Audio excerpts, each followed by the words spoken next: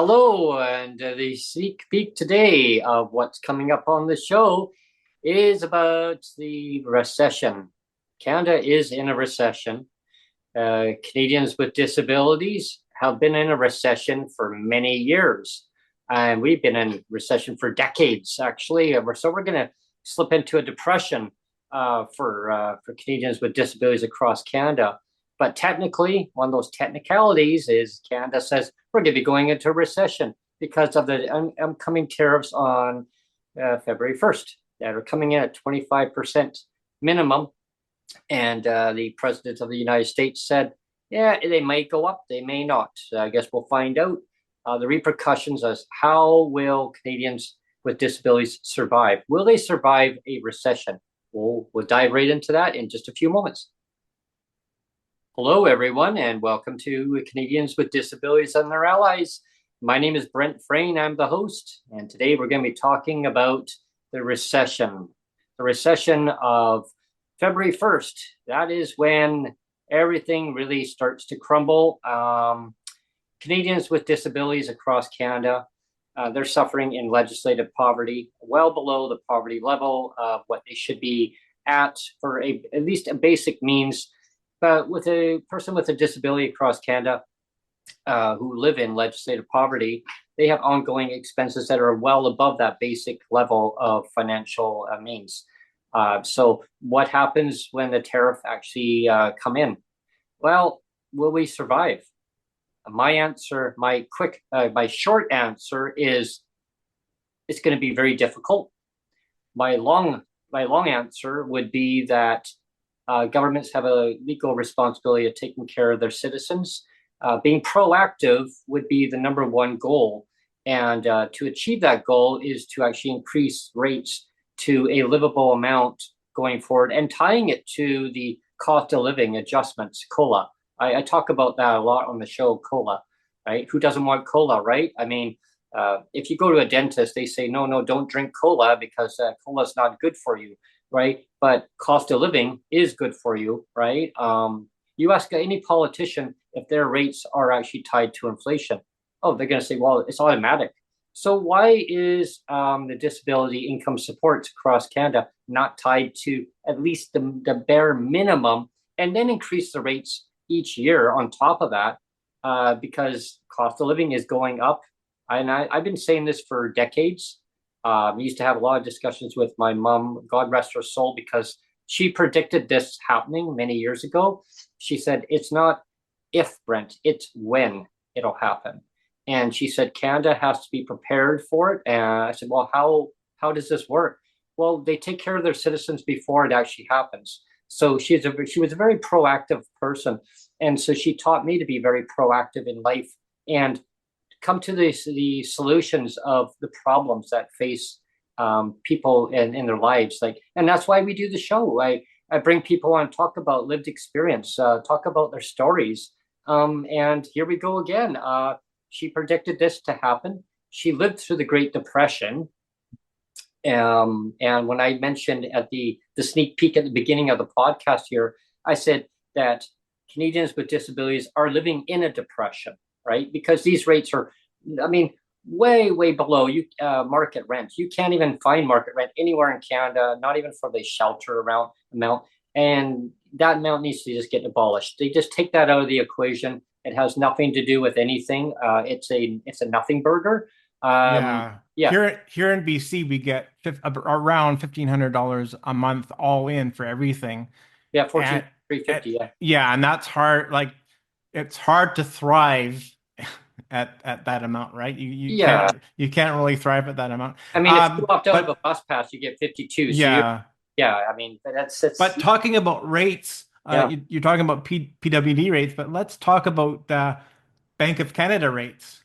Oh yes. Because we have the Bank of Canada Governor Tiff Macklem. Mhm.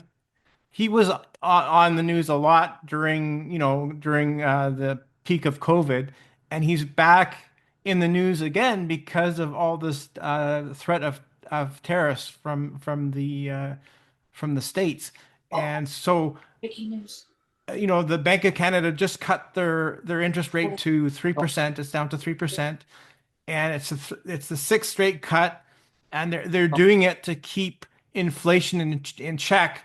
And as of right now, inflation is Oh, breaking news here, Neil. oh, okay. Breaking news here. Okay. Trump set to impose tariff on Mexico, Canada, starting on March 1st, sources tell Reuters. Oh, So March March 1st 1st. now. So the breaking news is Okay. here, just came in. Okay. Well, there you go. So Yeah. he's giving a little bit more wiggle room then.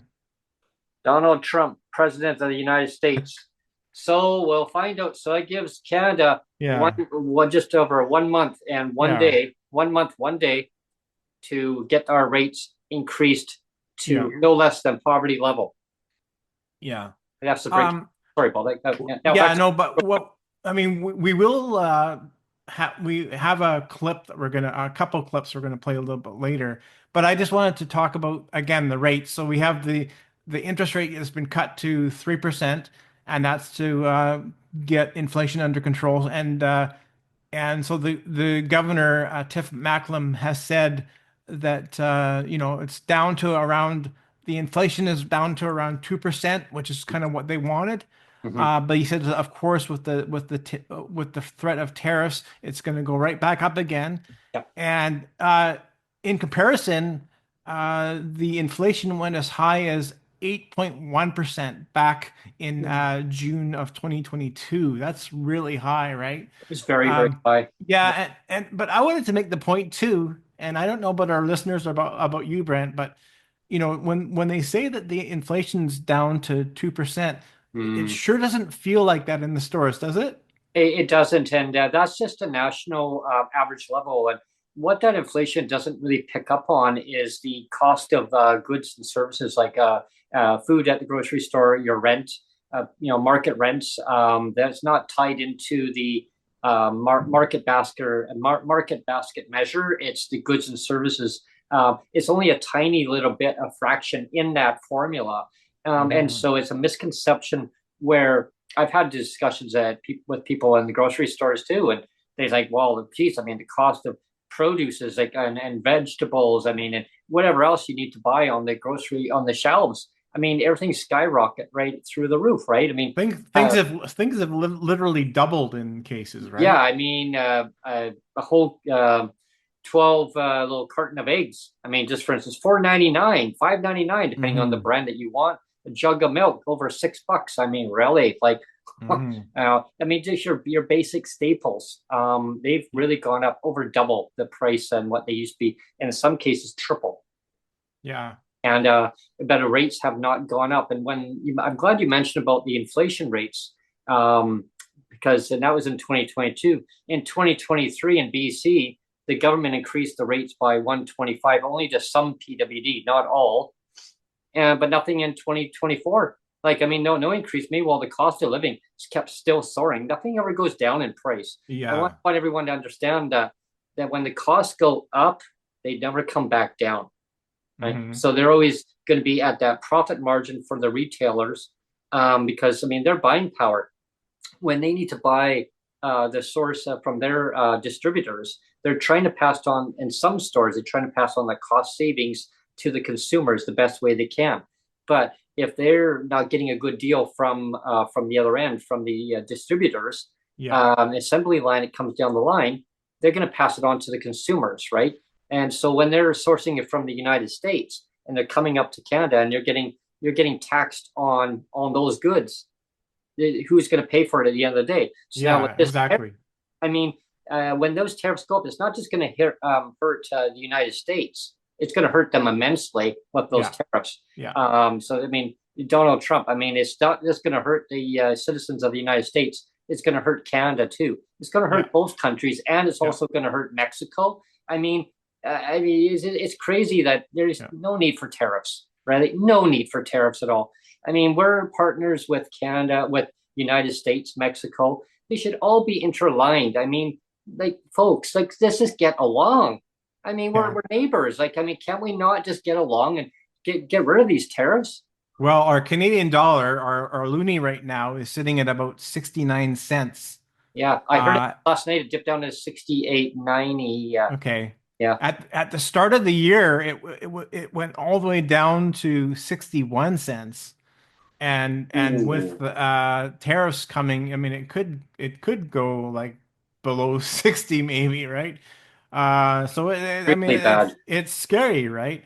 Extremely And bad for our economy. And and so you have with the tariffs, you're going to have less demand for Canadian goods, and that means lower production. It means layoffs. yep, It means there's going to be a decline in investment, and a significantly lower GDP, domestic product.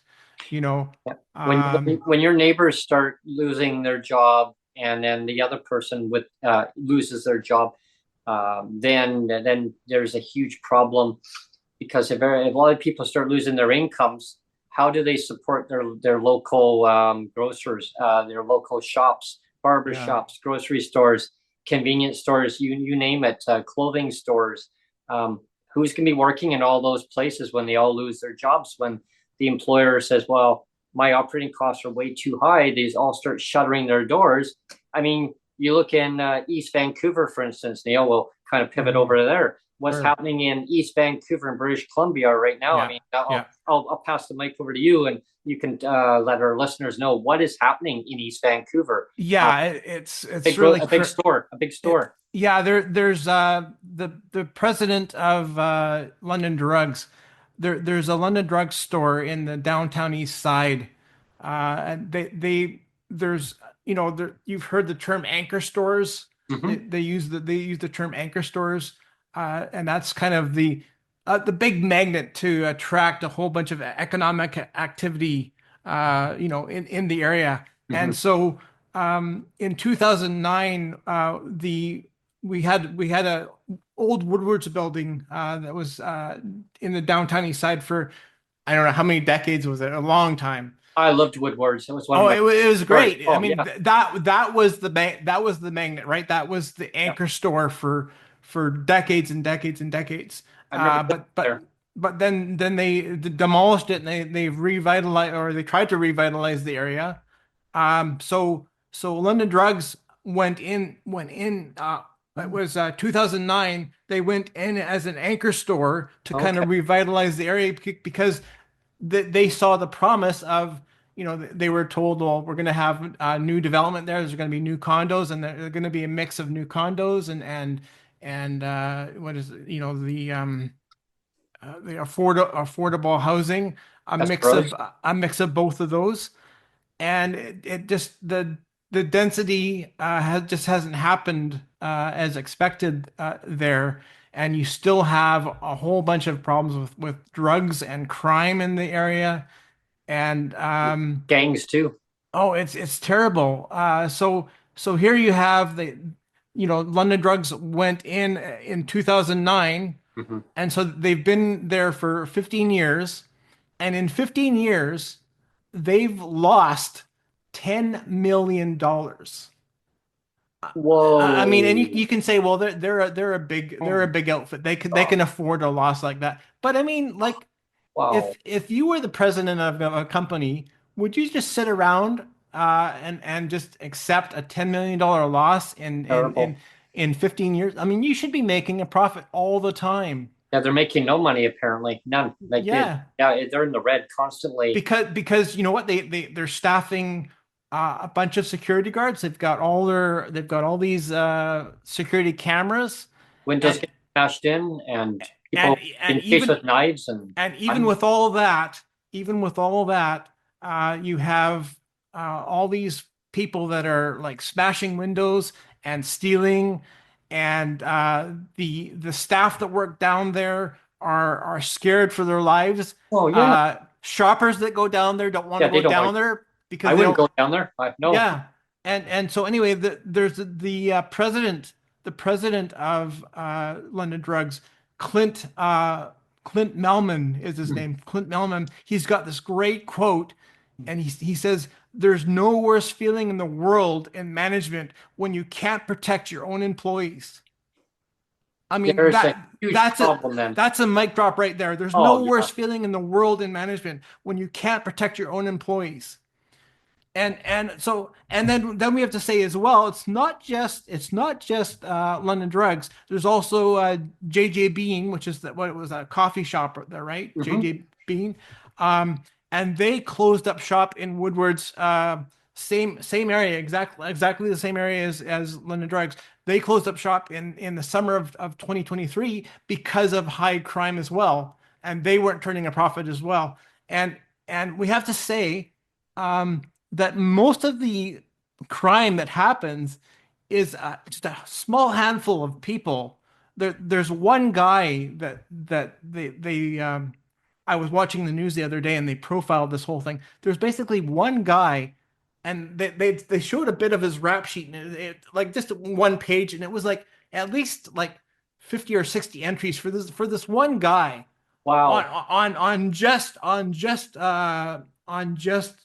the London drug stuff that he's done. Assault with a weapon, death threats, and he's got this one guy has got 25 aliases, Whoa. and he keeps doing the same thing. And it's the Rinse and whole thing repeat. of the province now. They do all this catch and release crap, Yeah. Rinse and and repeat. Yeah. and guess who's responsible for that? Mr. David Eby. He was the attorney general for like I've said, like 5 or 6 years. He was the Oh yeah. architect of all this catch and release crap. So I mean, here's this one guy doing all this havoc on one store. And the employees don't feel safe. The customers don't want to go down there and shop. And London Drugs has lost $10 million in 15 years. And David Eby wants to say, well, it's not my problem. Like that's the whole Hmm. thing that bugs me about this whole tariff thing Hmm. is both David Eby and Doug Ford, the Ontario premier, have both kind of adopted the same thing of like, let's puff out our chest and like, you know, rage at the sky at President Trump. And they're not acknowledging the problem of fentanyl Hmm. and the border issues. It's like, well, it's not my problem that I legalized drugs. It's Yeah. not my problem that I did that. It's not my problem that minors have access to fentanyl now. You Mm. know, I can talk Yeah. about the amount of deaths. We can talk about the amount of deaths uh, just in BC alone. Uh, there is roughly 2,500 deaths per year in BC alone Oh. when it comes to fentanyl and other drug issues, and that is higher than if you combine. And this is for persons aged 10 to 59. Oh my Uh, gosh. can you imagine age 10? I mean, that makes me Oh. sick. Age 10 to 59 are the cause of death is unregulated drug toxicity. Um, so that's 2,500 deaths in BC per year. Mm. And then Unacceptable. I've got a stat here. It says there's been 21,000 deaths in BC since it's been declared a public health emergency in April of 2016. And Oh. and if you use the same timeline, I researched all this. I went back and I researched all this. So there's been 21,000 deaths in BC alone since April 2016, and there's been 50,000 deaths in all of Canada in the same period. So Holy. so 42% of all deaths are coming from BC, British Columbia. Mm. And so for David Eby to puff out his chest and say, sorry, it's not our problem. Like the fentanyl issue is not our problem. You Mm. know, uh, you know, uh, 9 years later, and still things out of control. it just pisses me off. And This. here's the other problem is the ports of the port of Vancouver and the port of Delta, there they have the other port. So all these the drug paraphernalia and everything else, weapons, everything comes through these containers, and there's only 1% of all those containers that come in are Yeah. checked. 99% of them are not checked because it's been underfunded by the federal government for decades. I remember Yeah. hearing this on the news way back in the late 1990s when they were disbanded. They were disbanded of all so basically the security that or RCMP or whoever needs to take care of it. It was disbanded, and since then nothing. And you know what's coming through there? All the drugs are all coming through there. They're all coming through from China.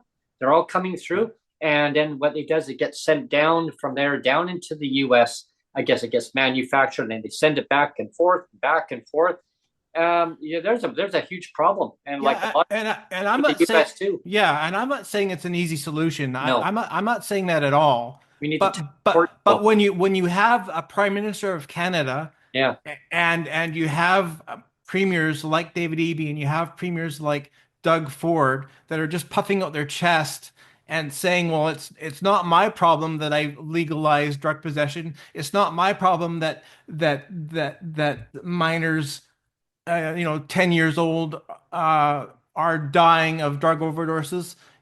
It's not my problem that London Drugs wants to close their store because they've lost $10 million in 15 years. That's not my problem. Hmm. I mean, it just pisses me off. You have David Eby's like puffing on his chest saying we have to retaliate. And I mean, like, fix your own backyard, David Eby. Fix your Hmm. own backyard. Don't go pointing fingers at Trump. Fix your own problems. Jurisdictional, yes, He and he's when created he's created so much problems, and he's like, well, there's no flies on me. There's no flies on me. Well, excuse me. I think you have that wrong, David Eby. and like when we talk about like jurisdictional, like with in your own backyard, jurisdictional stuff, and that comes down to again about surviving through like the recession, like jurisdictional where province needs to take care of their own residents of persons with disabilities in their province. It's policies. It's all policy driven in the regulations and how it's written, and then it becomes a policy. Well, this is our policy. Well, Yeah. change the regulations.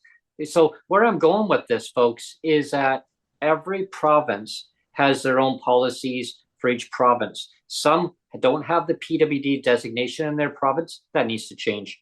Mhm. But yeah, that's another story in itself. But the ones who do have that, you need to be bringing those rates up to a livable income, no less now livable income. That's not even acceptable to have it even less than that. The buying power, what you used to be able to buy way back in like 1950s, 60s, 70s, 80s, 90s. I Mhm. mean, it's eroded away. I mean, I can look back into like the 1990s of what you could buy for. You give me $100, what I could buy for $100. My gosh, you could get a lot of groceries back Yeah. then. Now you can get next to nil, next to nothing. So when I'm saying about the recession, they're saying there's going to be a recovery plan or some kind of Mhm. plan to help working age Canadians. Yeah. Working age. What There. about what about people on fixed incomes, on Yeah. seniors, persons with disabilities, Yeah. anybody on fixed incomes, or people on low income? They're working at a minimum wage job. I mean, the Mhm. buying power. I mean, they're not even going to be able to even afford to even work where they're working because the cost of things are going to be going up. Their employers are going to lay them off. What are they going to have? Go on to they're going to become they're going to hurt themselves on the job or something or whatever, and then they become disabled. Well, Yeah. yeah. Now we got a problem here, folks, because again, the province is now going to rely on the federal government to Mhm. deliver a package program to help Canadians again.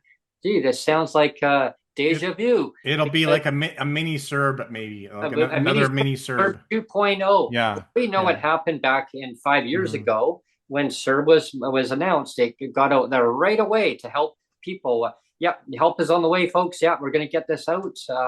Yeah. I remember all those announcements every morning, breaking news. You look at the cottage there, and the camera's pointing right at the cottage, and you're waiting for Justin Trudeau to come out. He comes down the stairs. Hello, good morning, folks. Hello, yeah, and yeah, I'm here to help Canadians. We're going to get through this. Yeah, and guess who was the last people on I'm the I, I'm list? he I'm here to help Canadians as long as you're not disabled. If you're disabled, yeah, you don't matter. You don't matter. But Yeah. the last segment of the population, which just to let everyone know that about 27% of the population are disabled. And as we get older, we get more disabilities. So that number is good. That percentage is going to keep growing and growing and growing, right? So we were the last segment of that talking, the scripted speech that was given out, and they're saying that we're going to come with a historic Canada disability benefit that's going to be it's going to be amazing. It's going to be lifting people out of legislative poverty, and this is going to be a top up, right? A top up to the existing, originally a top up to the existing original provincial disability supports for persons with disabilities. And then that magic word started changing over time. The federal government called a snap election. Snap election. Why? Because they didn't want to deal with things. No, nothing to see here. So Bill C-35, once upon a time, was there. It then got changed until Bill C-22. Start from scratch. Well, the minister at the time, she wanted to make this very innovative, program to help lift people out of legislative poverty. Over 1 million people. Then the narrative started changing down to hundreds of thousands. And it was going to be no less than $2,000, like kind of like CERB, right? And initially, and then it went down to $200 per household, and then the DTC was going to be the catch in there. So how things changed from Yeah. time where everyone was going to be helped, and then So they watered it down. So here we yes, are. Here we are. supposedly it may come around July of this year, Yeah, supposedly up to $200, but it's only going to go up to to a $200. small percentage amount of population if they can even get it, because you still Hmm. have to, right now, as the regulation stands, and the federal government can do the right thing and actually commit to what you originally promised, that everyone was going to be helped, not just a small portion of the population. Ministers have advocated and they actually got commitment that it was going to be to everyone without a Hmm. DTC requirement, applying to see if you're still disabled to meet that Yeah. requirement for all these things just to You get help. know, and I've said before, like I have the DTC, Yeah, so I'm not worried about that part, but I tell you, I am worried about still qualifying for it yeah, because I've told you this.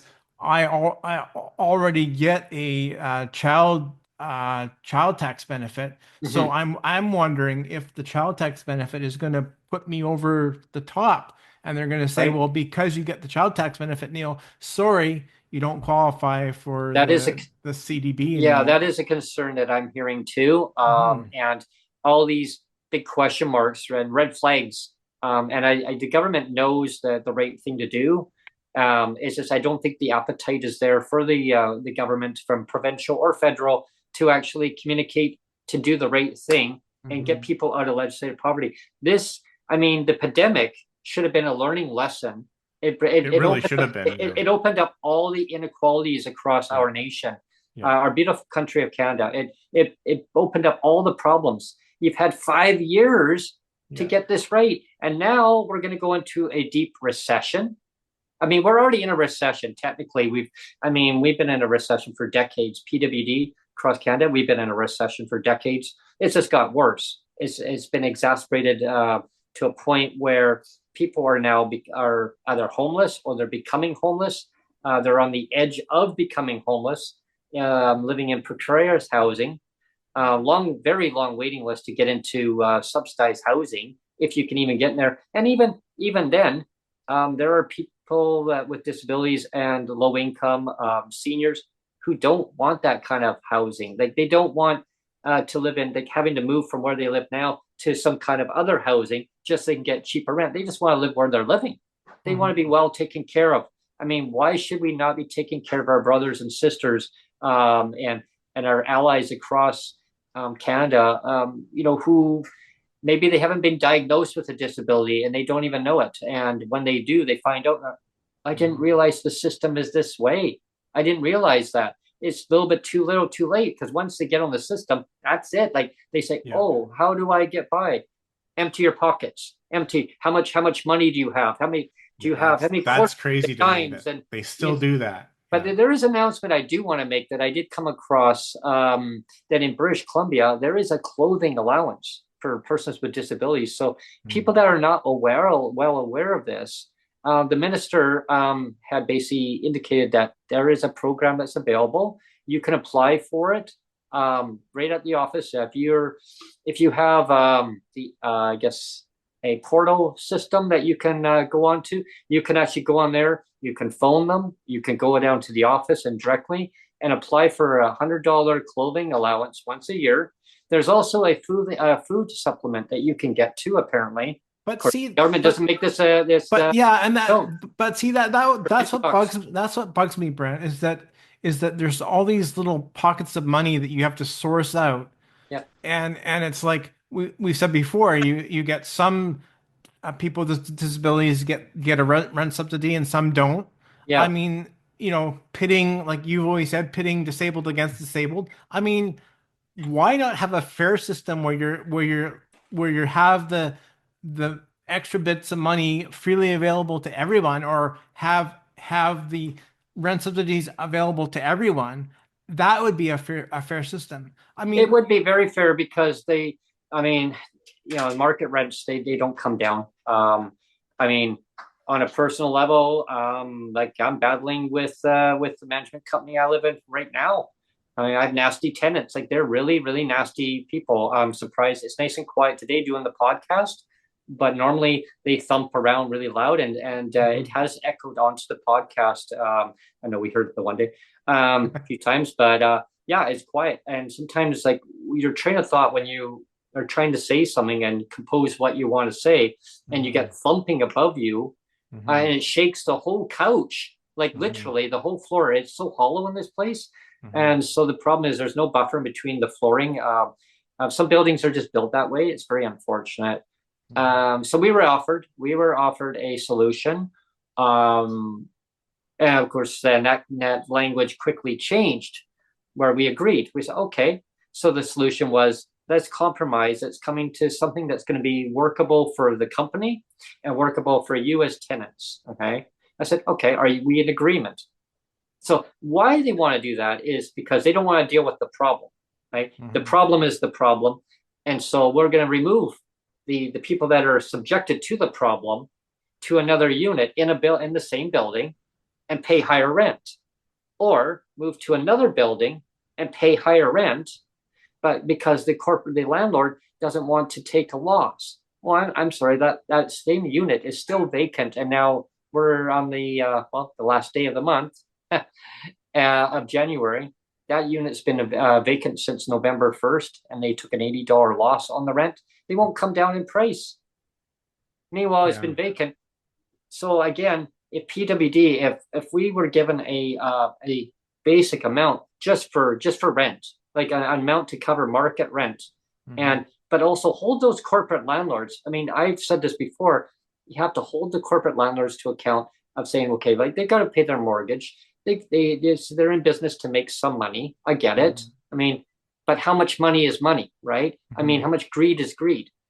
Is Yeah. it property taxes that are too much? Okay, well then work with these cities, lower down the property taxes. So now the corporate landlords are saying, well, if it's the taxes I'm paying too much on, well, we'll work with them, but make it profitable for them, but also still sustainable for the tenant, so they can pay market rent. I mean, I look back and in 2014, 2015, the rents were still reachable for Mhm. persons with disabilities in BC. Back then, the shelter around amount was still 375, a 375 guide. Mhm. Yeah, that was in 2015. I look back and there was a two-bedroom apartment for $800. Mhm. $800. So 375, that still wasn't enough, quite enough to basically pay for one room. So you'd have to But be. it was within shooting distance, You were right? still within shooting distance. So okay, so Yeah. so again, that's why I say to get rid of that Hmm. shelter amount, because it really, like, you got your whole check. You're going to get your check. You got to pay your rent, because if you don't pay Yeah. it, you're out the door anyway. Yeah. So that's why I always say get rid of the 375, the shelter name, because it means nothing. I think that 375, that shelter was put in once upon a time for SROs once upon a Hmm. time. It's ancient. That's 2025. Let's go forward. Let's change the system better. So anyway, my point is that you would just top it up at $25, right? Okay, so Yeah. you give it to your roommate, then gives this. Your roommate pays that. Boom, your landlord's now happy. You Yeah. paid your rent on time. Okay, you get a rent increase. Well, when you get a rent increase, you need to get increased by the government to top up at least that plus amount with the inflation going up. What's Hmm. happening here is that the government is skipping a year, and then the next year they'll give $50. And Well, not really accounting for you're not inflation. accounting for that, not accounting for Yeah. inflation. So now you still have to pay your Yeah. corporate landlord. And so I look at it as, like, last year, for instance, when they didn't do that, cost of Hmm. living went up. Where do you cut back? And so when I look at the recession looming here, like for the technical recession of the Hmm. tariffs, it's going to put Canada and BC and all the provinces into a very, very bad state. Well, Yeah, well, I just want to and stop PW. you. I just want to stop you there, Brent, Yeah. because I mean, one of the reasons why we started with the whole fentanyl thing and the drug issue thing and the crime thing with London drugs. I mean, it's all related, right? And Mhm. I just wanted to say that I mean, this is going to kind of come across as, I don't know, maybe a throwaway comment or something, but I don't mean it to be. Like, it seems to me that governments love to kind of put PWD in this big pile, like this big discard pile of what do I want to call it, like crime, poverty, and drugs, and just like put the PWD in as part of that problem. I mean, Mhm. PWD have nothing to do, like almost nothing to do with anything to do with the drug problem, nothing to do with the crime problem, nothing to do with anything, and yet somehow we get stigmatized. Mhm. We get thrown into this Mhm. poverty problem. We get thrown into the crime problem. We get thrown into the drug problem. Well, there's like, well, there's all these drug problems. There's all these crime problems, and you know what? The PWD is to blame for it. You know, almost. I know I'm sounding sensationalism a little bit, No, but no, I think about that. I think about that. it almost comes across like that, right? It's like all this drug problem, all this crime problem, it's all PWD's fault. So we can't support them because Mhm. it's all their fault, you Well, know? that's exactly what one of my neighbors was discussing with me yesterday. Was saying that it's always the blame game. Oh, it's PWD's fault because it's Yeah. how they're not putting their energy into society. They have to, they have to have a job in order to Yeah. say that's who they are. I go, what? We're all do according to David Eby and company, and maybe you know, Doug Ford, Mm-hmm. everybody in that's disabled and in wheelchairs, we're all going downtown and we're all breaking the windows of London drugs, and we're all getting high on drugs.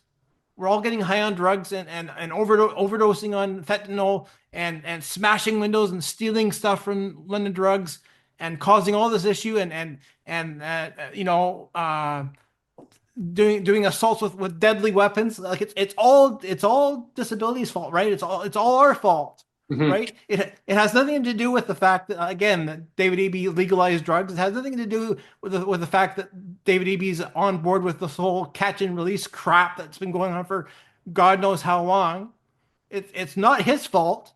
It's all falling on PWD. We're all part of the poverty problem. We're all part of the crime problem. We're all part of the drug problem. We're just all in the same freaking discard pile. And I think that's another reason too why the government has excuses of why not to raise the rates up to a livable amount, because they figure that PWD are going to go out there and spend all the money in drugs and Yeah. yeah, Yeah, and there's always that. we're the ones in our wheelchairs and crutches that are going down and smashing windows of London drugs. Yeah, they I'm know. sorry, Yeah, the like, government knows you know, who's creating the problems. and Yeah. you deal with the problems, but Yeah. take care of your citizens. We are Yeah. citizens of Canada. We should be able to go from any province to any province, right? And that's Mhm. it. Kind of gets to the point of about the tariffs. Now, a lot of provinces have had their own tariffs within each province. Why? That's like saying, well, you've got to pay in order to have our goods. You pay to have our goods. It's like Mhm. saying, well, PWD, you can't go to another province. Well, I mean, you can, but you have to apply to see if you're disabled in another province. It's the same thing. They need to get rid of all that. It's Yeah. it's it's all red tape bullshit, Well, right? you know what I wanted to do, Brent, is I wanted to start our end the show, I should Yeah. say, with a bit of show and tell. Ah, You yes. remember the show and tell in kindergarten, in grade one and grade two, the show and Yeah. tell. We have a show and tell, a couple parts of a video Hmm. from the Alberta Premier, Yes. and we I wanted to show it because it's in such stark contrast again. Like all these premiers and even a lot of the businesses across Canada are saying, yes, we have to fight it. We have to fight it, tariffs with tariffs, and you have this one sole premier in Alberta that is kind of bucking the trend, shall we say? Daniel Smith, Hmm. she's the only one that seems to be talking common sense of like about how to handle this whole tariff war. So I wanted you to play a couple of those Sure. clips, and Okay. we'll kind of end the show on that, I think. Yeah, I'm going to try and put it on the screen, but if it doesn't it's not visible enough, I'll just put the audio so that our listeners can just definitely hear the audio. And then when it's ready to end on that one part, Neil, either I will watch for it or listen for it. Yeah. Or Neil will give me the cue, and then I'll go on to the next clip. Yeah, Um, there's two clips. There's two yeah. clips. There's the beginning of the interview, and then right towards the end, she talks about fentanyl. Hmm. Because again, there's a lot of the premiers are saying, well, it's not our issue. I don't know what the president of the United States is talking about. It's not our issue. You know, Oh, and well, and uh, huge and issue. again, you'll hear Daniel Smith has got a completely different take on it. Yeah. And right before I play the clips, stay tuned to the next show after today. Today's the 31st of January. The next show will be on Monday, and that will be on the 3rd. I will be giving a nice, good overview of kind of a pre-trip that is going to be happening on the next day. So Yeah. stay tuned for that one. Brent Frayne goes to Ottawa. Yes. Uh, no less than poverty level financial support. Yeah. Going to be going, Sonia and With myself. Sonia too, actually, I Yeah, should say. Sonia and myself, or we're going to be going with Jeff with the Canada. That's I mean to Ottawa. Sorry, and the tongue twister there. But it is no less than poverty level financial support, right? Disability Action of Canada is what I meant to say, and that is a slogan that we're going to be going there. I'm saying, where is Justin Trudeau? Where are you? Like, where are you? We're going to be there, but where are you? So Yeah. stay tuned to next episode, and we'll be diving into that one. Yeah. So let's go back to the audio clip. Sure. Again, this is Daniel Smith, the premier of Alberta, Yep. and her take is wildly different than all the other premiers in Canada. And I think she's the only one that's actually talking sense. I mean, that's my opinion, but I mean, you listen to her speak, and it's like it's right on the nose as far as I'm concerned. But anyway, play the clip, Brent. 25th, President Trump publicly warned that he would impose tariffs on Canada unless we take action on critical border issues such as cracking down on fentanyl, other illegal drugs, and illegal immigration. And I've been clear from the beginning that we must take President Trump's statements on border security seriously and to take action immediately, rather than focusing on inflaming the issue with rhetoric around retaliation. My fellow premiers have been asking for serious action on these issues as well. Today, U.S. President Donald Trump's Commerce Secretary nominee, Howard Lutnick, stated during his confirmation hearing that, quote, if we are your biggest trading partner, show us the respect, shut your border. This is a separate tariff to create action from Mexico and action from Canada. As far as I know, they are acting swiftly, and if they execute it, there will be no tariff. And if they don't, then there will be. Let me say it again. The one thing that we can do this week, in just the next couple of days, to have the best chance to avoid tariffs is to show clear and unequivocal action to secure the border. This should start with the appointment of a Canadian border czar to work with the new American border czar to jointly crack down hard on fentanyl and illegal migrants. Is this likely to end the threat of tariffs entirely? I don't think so. I think there'll be other things that we will need to work on, and we will do so. But I am convinced, after speaking with dozens of elected U.S. representatives, administration officials, and the president himself, that this is the most important first step.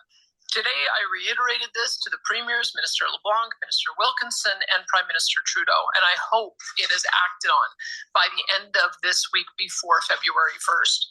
That is why why we also sent a Fox News crew to the Coots border today to showcase the work Alberta has been doing to secure our border, including the establishment of a new interdiction patrol team within the Alberta Sheriffs to combat drug smuggling, gun trafficking, and other illegal activities along Alberta's 298-kilometer international boundary with the United States.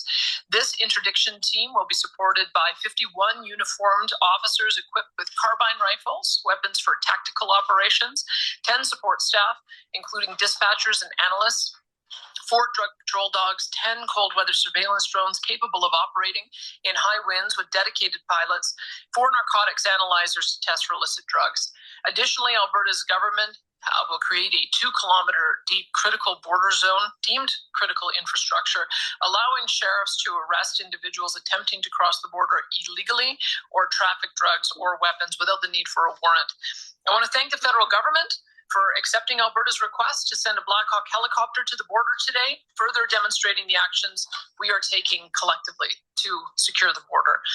We want to ensure that the American people, along with their president and elected representatives, know that action is being taken on this issue. And we are hopeful that these Fox News appearances display our province's and our nation's commitment. Yeah, that's it, Brent. Okay. Now, doesn't that sound like a whole bunch of common sense approach to everything? Yes. I mean, you contrast that with the puffed out chest of David Eby and the puffed out chest of Doug Ford, and it's just a night and day difference, right? Oh yeah. I was gonna make a quip. I'm always about making quips about David Eby, right? But yeah. But remember when we had that last election and you had that debate. And you had David Eby and you had John Rustad sharing the stage, with Sonia Furstenau, and they're all standing up there, and I mean everybody wants to get in the zinger, right? And so David Eby's zinger, and it was kind of funny. I'll give him that. It was kind of funny, but because he said he turned to John Rustad and he said, I don't trust John Rustad to organize my Thanksgiving dinner party, and it was kind of funny. But at the same time, I'm thinking to myself, like, he should be pointing the finger directly at himself, because I don't, it was a funny ha like jab or attempt at jab. But I mean, his finger should be pointing to himself. Like, I don't trust David Eby to burn toast. Like, I mean, like let alone run a dinner party. I don't trust David Eby to burn toast at this point, So yeah. And I mean, it's so ironic that that different premiers have different perspectives on how they're going to solve these tariffs. I think grow in Canada, grow everything in Canada, and produce things in Canada, and I think rather than relying on the USA of getting everything imported up, unless they get rid of these tariffs altogether, just get rid of tariffs altogether, then we have no problem. But the tariffs are going to keep being an ongoing problem every time that they get a new president in, or they're going to be putting more tariffs.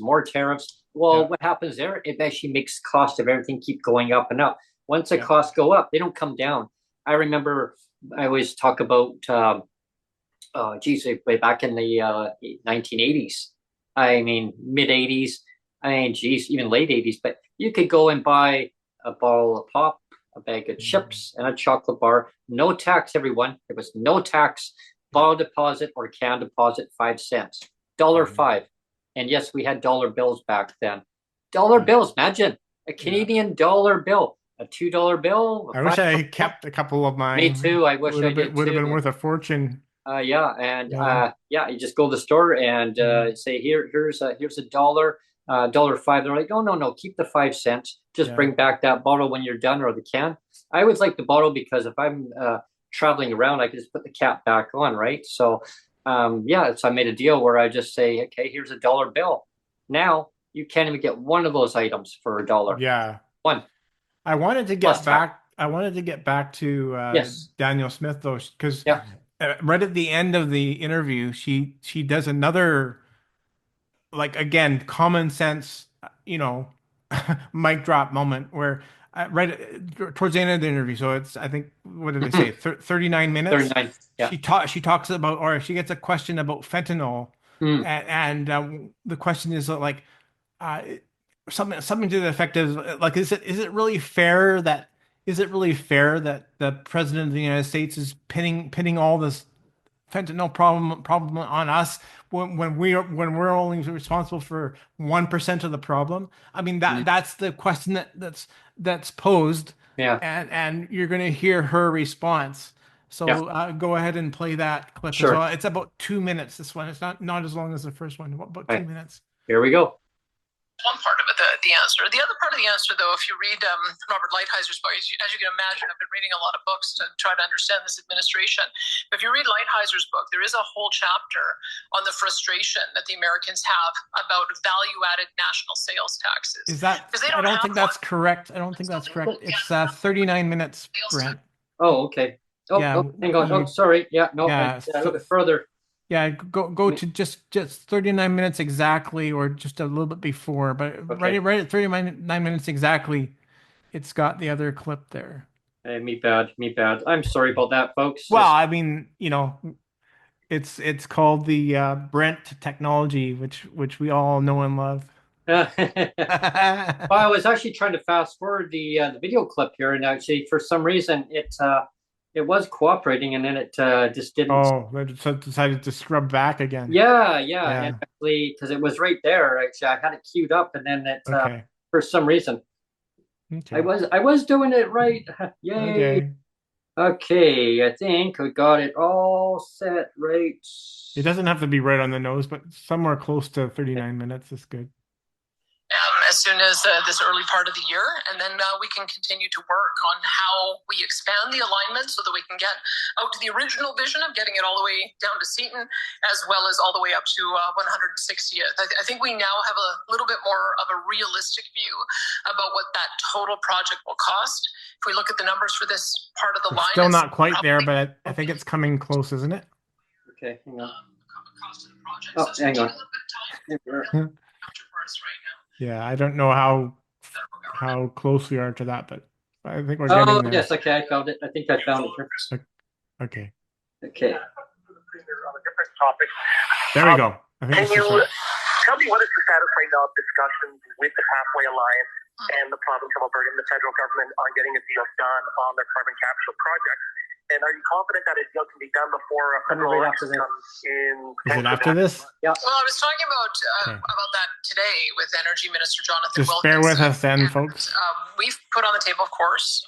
Just bear with me here. Yeah, because it's an important clip. I just wanted to make sure we play it because it's only 2 minutes, but it's important. Yeah. I know that there is a lot of different moving elements. You may I have it all queued up properly here. That was my maybe what I should. I'll blame myself, Brent, because maybe what I should have done is I should have tried to find a second clip with her just saying that. But it's my bad too. I should have organized it a bit better myself. Especially now that hang on. So quickly it's just the for some reason the video it kind of jumps forward and like it's yeah. Okay, hang on. Let's see if I can get it to. Happy to be here today. Okay, hang on. Also with to seek out. 35, We can get to some kind of final investment decision. Okay, it's in the 3,800 mark here. So Okay. So Okay. we're very close here now. Yeah. I'll just play it here. Tim with CTV. A bit of a two-pronged question today about the Premier's meeting. First of all, do you feel like everyone's on the same page right now? I know that maybe wasn't the case 10 or so days ago. And second, did you hear about the package that's being proposed if these tariffs do get imposed? And what do you think of the package? I don't have anything to say about the package because there is no package until there's tariffs, and there are no tariffs. And I'm going to do whatever I can to make sure that there are no tariffs. That's where I think everybody should be focused. It's where I've been focused. And we've got 2 more days before we know what it looks like on February 1st, at which point we will probably reconvene as a group and then make some decisions at that time. My second question, when all this tariff talk started, there was Right really here, big right effort here. on your part to talk to Trump, or appeal to Trump rather, about trade deficits and maybe just set the record straight a little bit. Have you tried to do the same thing when it comes to the border? Because anyone can see the border stats right here, here that most of the fentanyl comes in through Mexico, not Canada, and the same with illegal migrants. So have you tried to appeal to him at all on that front and just say Canada's not the problem here? The majority of the problems in the States come from Mexico. If you've watched anything that I've said over the last 2 years, you'll know that I think that illegal drugs killing our people is a problem. The drugs are coming in from somewhere, and the components are coming in from somewhere. It appears that much is coming in from Mexico. Some of it is coming in from China, and it's killing our people. And so this is why we have been appealing to the federal government to stop their catch and release approach so that we can keep these bad guys behind bars. And it's why we've been shoring up our sheriffs. Not only do we have this interdiction team on the border, but we have as well a fugitive apprehension team. We've got our surveillance team, and we've got SCAN, which closes down drug houses. So we have taken this very seriously for the last 2 years. And I hope that the federal government takes it as seriously as we do. That being said, we've also dealt with it from the demand side. You cut off the supply by going after the dealers, but you cut off the demand by getting people into recovery.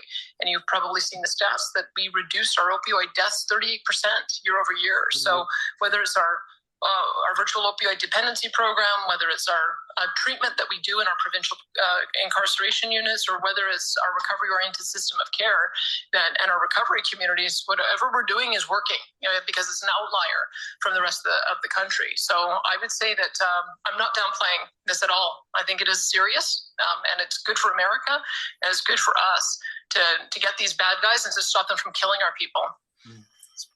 Final question of the day. That's it, Brent.